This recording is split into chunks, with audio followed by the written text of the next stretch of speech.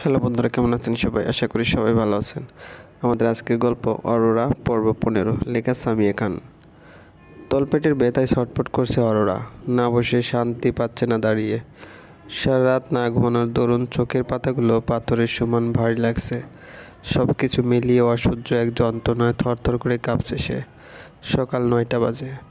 তায়েব একটু বাইরে গিয়েছিল। ফোনে কথা বলতে বলতে রুমের ভেতর প্রবেশ করলো।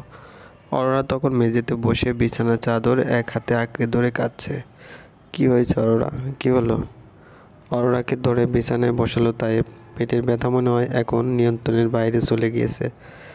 পেট ব্যথা করছে তোমার? হ্যাঁ, বোধক উত্তর দিল অরোরা। তায়েব তাকে বিছানায় হেলায় দিয়ে শুয়ে দিল। একটু আসছি, দাঁড়াও। তায়েব একটি ইলেকট্রিক হট ওয়াটার ব্যাগ এনে অরোরার পেটের উপর রাখলো। এতে একটু বেশি স্বস্তি পেল অরোরা। তার ব্যথায় হাত বুলিয়ে দিচ্ছে তায়েব। খুব কষ্ট হচ্ছে কলিজা? সমস্যা নেই, প্রথমবার ছিল তো। অরোরা কিছু বলল না, চুপ করে শুয়ে রইল। রাতে এসে কিছু খাওনি? এখন পর্যন্ত কিছু খেলে না? কালকে দুপুরে খেয়েছিলে? না। মানে ঘন্টার পর ঘন্টা না খাওয়া? আমার সাথে এরকম করলে চলবে না অরোরা। তায়েবের রুমে ছোটোখাটো একটা ফ্রিজ রয়েছে। বারবার নিচে যাওয়া কষ্টসাধ্য, তাই এখানে রাখা।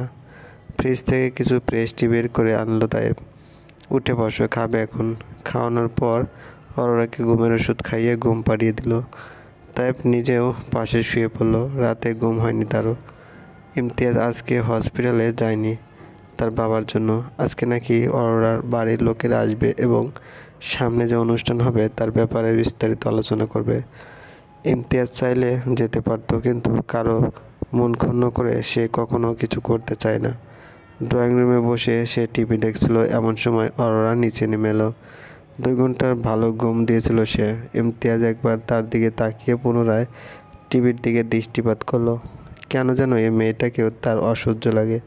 গুটি গুটি পায়ে টেবিলের কাছে এসে দাঁড়ালো অরোরা। একটু পর তায়েবও নিচে নেমে এলো।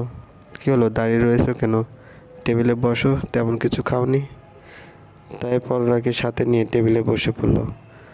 সকালে এরকম নানা পদের খাবার কখনো দেখেনি অরোরা। একে একে তার সামনে বসিয়ে রাখলো তায়েবের মা। অরোরার শরীরটা এখনও খুব বেশি ভালো না। থেকে থেকে তলপেটে মারাত্মক ব্যথা উঠছে। নতুন বউ সব কিন্তু খেতে হবে, মোটা হতে হবে একদম। অরোরার জবাব দেওয়ার আগে তায়েব নিজেই তার মায়ের উদ্দেশ্যে বলল, শরীর হবে কিভাবে? না খেয়ে আছে কতক্ষণ ধরে, জিজ্ঞেস করো তো। কালকেও বাড়ি থেকে খেয়ে এসেছিল। সে কি, আমাদের বললে না কেন নতুন বউ? নাও, এখন সব কিছু খাবে। একটা প্লেটে খাবার তুলে দিল সায়েরা। হাত ধুয়ে খেতে নিলে ঠোঁটে ঝাল লাগলো অরোরার। ঠোঁটের জায়গায় জায়গায় কেটে গিয়েছে। তার মধ্যে ঝাল লাগায় আরও খারাপ লাগছে। কি হলো? পানি? খাওয়ার আগেই পানি? নাও খাও। মনোরা নিজের রুম থেকে বের হয়ে ইমতিয়াজের পাশে বসলো। ইমতিয়াজ কথা বলছে না তেমন একটা তার সাথে। বড় ভাবির সাথে কথা বলছিস ইমতিয়াজ? না বললে কিছু হবে? হবে না মানে? তোর বড় ভাবি ওটা। হোক, তো কি করব? সালাম করতে বলো। বেয়াদবি করা বাদ দিয়ে আমার সাথে আয়। মনোয়ারা ইমতিয়াজকে টানতে টানতে অরোরার সামনে নিয়ে গেল। এই যে নতুন বউ, এটা তোমার দেবর হয়। অরোরা এই প্রথম ইমতিয়াজকে দেখলো। কালকে লাবণ্যের সাথে ভিডিও কলে কথা বলার সময় শুনেছিল, কিন্তু দেখেনি। অরোরাকে দেখে প্রচণ্ড মায়া হলো ইমতিয়াজের। ঠোঁট ফুলে আছে, চোখ লাল, গলায় জায়গায় জায়গায় কামড়ের দাগ। আবারও ঘটনার পুনরাবৃত্তি ঘটে গেল। অরোরার সালাম দেওয়ায় ইমতিয়াজের ধ্যান ভাঙল। সালামের উত্তর নিয়ে সেও টেবিলে খেতে বসলো। একটু লেট হয়ে গেছে খেতে। অরোরা মুখোমুখি বসায় ইমতিয়াজ খেয়াল করলো অরোরা ঠিকমতো খেতে পারছে না। মাঝে মুখ বিকৃত করে তলপেট হাত দিয়ে চাপ দিচ্ছে। কি সমস্যা? সকলের সামনে এরকম সরাসরি করা প্রশ্নে চমকে গেল অরোরা। ইমতিয়াজ ভ্রু কুঁচকে তার জবাবের অপেক্ষায় রয়েছে। কি সমস্যা হব আবার ইমতিয়াজ? অরোরা অসুস্থ। ভাই, তুমি কি দেখোনি? আমি মেডিসিন দিয়েছিলাম। ইমতিয়াজ আর কোনো কথা বলল না। সে চুপ করে খেতে লাগলো। এ বিষয়ে কথা বলা বৃথা। অরোরা সারা রাত কীরকম অসহ্য যন্ত্রণায় ছিল তা ইমতিয়াজ জানে। খাওয়া শেষে ইমতিয়াজ এক পাতা ওষুধ এনে অরোরার হাতে দিল। এটা খেয়ে নাও, পেইন কমবে। প্রচণ্ড ভালো লাগলো অরোরার। হয়তোবা এ বাড়িতে থাকা খুব বেশি কষ্টকর হবে না। খাওয়া দাওয়ার পর অরোরা ভাবলো ঘুম দেবে, কিন্তু কোথা থেকে তায়েব নিজের ছেলে সিনানকে নিয়ে এলো। অরোরা, দেখো কাকে নিয়ে এলাম। ছোট পুতুলের মতো সিনান, ফর্সা ঠিক বাবার মতোই, গোলু গোলু হাত মুঠো করে দাঁত ভিন মুখ দিয়ে কামড়াচ্ছে। এখন পর্যন্ত তো নিজের ছেলেকেই কোলে নিলে না, ধরো নাও।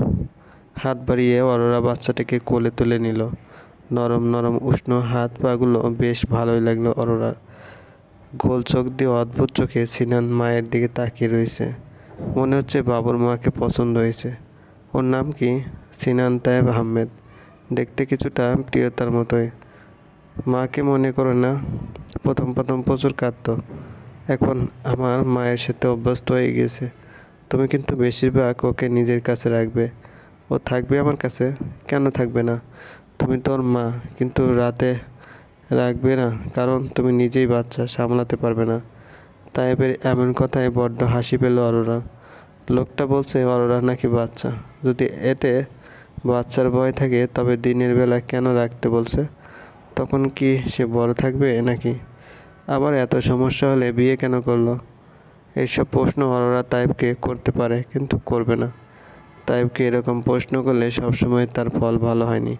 অন্তত কালকে রাতের পর থেকে অরোরা কিছু বলতে চাচ্ছে না। কি ভাবছো? কিছু না।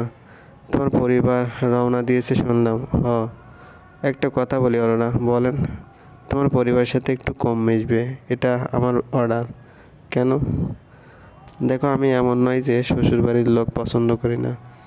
প্রিয়তার মা এখনও আমার দ্বিতীয় মা, কিন্তু আমি তোমার মাকে মায়ের জায়গা দিতে পারবো না। কেমন যেন লাগে, স্ট্যান্ডার্ড না। অরোরার মনে হলো তার মা তায়েব বলতে কতটা পাগল, অথচ তায়েব এখন তার মায়ের স্ট্যান্ডার্ড খুঁজছে। অরোরার একটু খারাপ লাগলো। গ্রামে থাকা গামে ভেজা সাধারণ সেই মায়ের মুখটা মনে পড়ে গেল। সাথে আরেকজনের। আচ্ছা, রাজীব নামের লোকটা এখন কেমন আছে?